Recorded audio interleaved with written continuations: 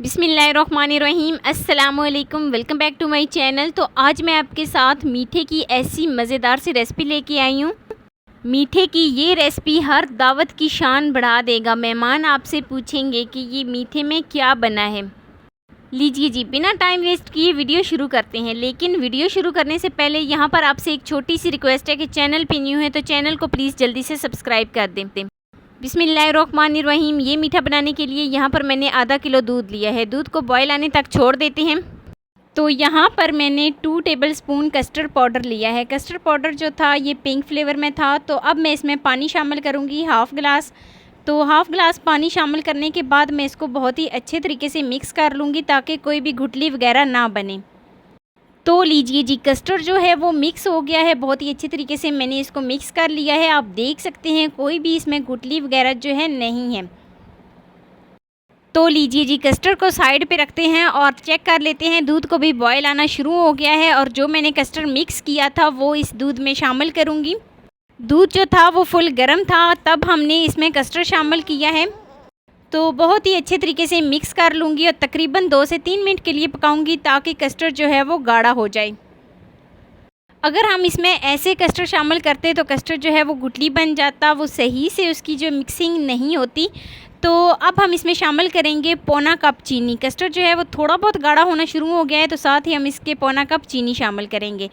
तो चीनी शामिल करने के बाद मैं इसको बहुत ही अच्छे तरीके से मिक्स कर लूँगी और आप देख सकते हैं कस्टर्ड जो है वो काफ़ी हद तक गाढ़ा होना शुरू हो गया है। छोटे छोटे स्टेप लाजमी फ़ॉलो किया करें। यही स्टेप होते हैं जो आपके खानों को मज़ीद जायकेदार बनाते हैं। तो लीजिए जी, बातों ही बातों में कस्टर्ड जो है वो गाढ़ा हो गया है। बस हमें इसी तरीके का चाहिए था। तो अब हम फ्लेम को ऑफ़ कर देते हैं और इसको ठंडा होने के लिए छोड़ देते हैं। तो जब तक कस्टर्ड ठंडा नहीं होता हम अपना नेक्स्ट काम कर लेते हैं। तो यहाँ पर मैंने डबल रोटी ली है। इस तरीके से यहाँ पर मैंने इसके 3 पीसेस लिए हैं। 3 पीसेस बस काफ़ी हैं।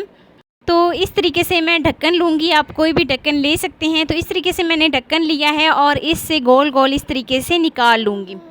एक डबल रोटी से तकरीबन 3-4 आसानी से निकल आएंगे। तो यहाँ पर मैं गोल गोल इस तरीके से निशान लगाऊंगी और जैसे ही मैं निशान लगाऊंगी तो आप देख सकते हैं डबल रोटी के पीसेस निकलना शुरू हो गए हैं। तो निशान लगाने के बाद मैं इसको इस तरीके से गोल गोल शेप में जो है इसके पीसेस निकाल लूँगी। तो लीजिए जी, सारे पीस जो हैं वो मैंने इसके निकाल लिए हैं। एक अलग प्लेट में इस तरीके से रख देती हूँ। तो यहाँ पर अगर आप डबल रोटी को थोड़ा सा गर्म कर लें तो ये बहुत ही आसानी के साथ निकल आएंगे। ठंडी जो डबल रोटी होती है उससे ये आसानी के साथ नहीं निकलते। अगर आप इसको हल्का सा गर्म कर लें तो ये बहुत ही आसानी के साथ निकल आएंगे। तो लीजिए जी, सारे गोल पीस मैंने इस तरीके से निकाल लिए हैं। तो अब चलते हैं जी नेक्स्ट स्टेप की तरफ। नेक्स्ट स्टेप में मैंने यहाँ पर खोया लिया है। तो ये वाला जो खोया था ये मैंने घर पे बनाया था, ओरिजिनल मिल्क से बनाया था, बहुत ही मज़े का बना था। तो यहाँ पर मैं इसको अब गर्म कर लेती हूँ। आप चाहें तो खोया जो है वो ठंडा भी इस्तेमाल कर सकते हैं, क्योंकि डिज़र्ट जो रेसिपी होती हैं उनको हम ठंडा करके ही इस्तेमाल करते हैं, ठंडी करके ही हम उनको खाते हैं। तो आप चाहें तो इसको ठंडा इस्तेमाल कर सकते हैं। लेकिन देखें, जैसे ही हम इसको गर्म करेंगे तो ये डबल रोटी के ऊपर बहुत ही अच्छे तरीके से फैलेगा। इसकी कोटिंग जो है वो बहुत ही अच्छे तरीके से होगी अगर हम इसको गर्म करके इस्तेमाल करें तो। लीजिए जी, खोया जो था वो गर्म हो गया है। अब मैं इसको एक प्लेट में निकाल लेती हूँ। तो एक प्लेट में इसको निकालने के बाद अब जो मैंने डबल रोटी के पीसेस किए थे उसका एक पीस इस तरीके से उठाऊंगी और उसके ऊपर इस तरीके से हम खोया लगाएंगे। तकरीबन ये 1 टेबलस्पून ही हम इसके ऊपर लगाएंगे। तो इस तरीके से हम इसके ऊपर खोया लगाएंगे और लगाने के बाद जो दूसरा पीस होगा वो इस तरह इसके ऊपर रख देंगे। तो लीजिए जी, एक पीस जो है वो हमारा तैयार हो गया है। हम बाकी सारे पीस भी बिल्कुल इसी तरीके से तैयार कर लेंगे। खोया जो है वो हमने सिर्फ 1 टेबलस्पून ही लगाना है, इससे ज़्यादा इसमें ऐड नहीं करना। इससे क्या होगा कि जो इसका फ्लेवर होगा वो ख़राब हो जाएगा। तो लीजिए जी, डबल रोटी के मैंने सारे पीसेस बिल्कुल इसी तरीके से तैयार किए हैं और उनको एक अलग बर्तन में इस तरीके से रख रही हूँ। तो सारे जो पीसेस हैं वो तैयार हो गए हैं। तो सारे पीसेस को तैयार करने के बाद अब चलते हैं जी नेक्स्ट स्टेप की तरफ। तो जो हमने कस्टर्ड बना के रखा था वो इसके ऊपर इस तरीके से डालेंगे और देखें जी, बहुत ही खूबसूरत सी लुक आई है एक। तो सारा कस्टर्ड जो है वो हम इनके ऊपर डाल देंगे और जो मेरे पास दूसरे बर्तन में थे उसके भी ऊपर मैं इस तरीके से कस्टर्ड डाल दूँगी।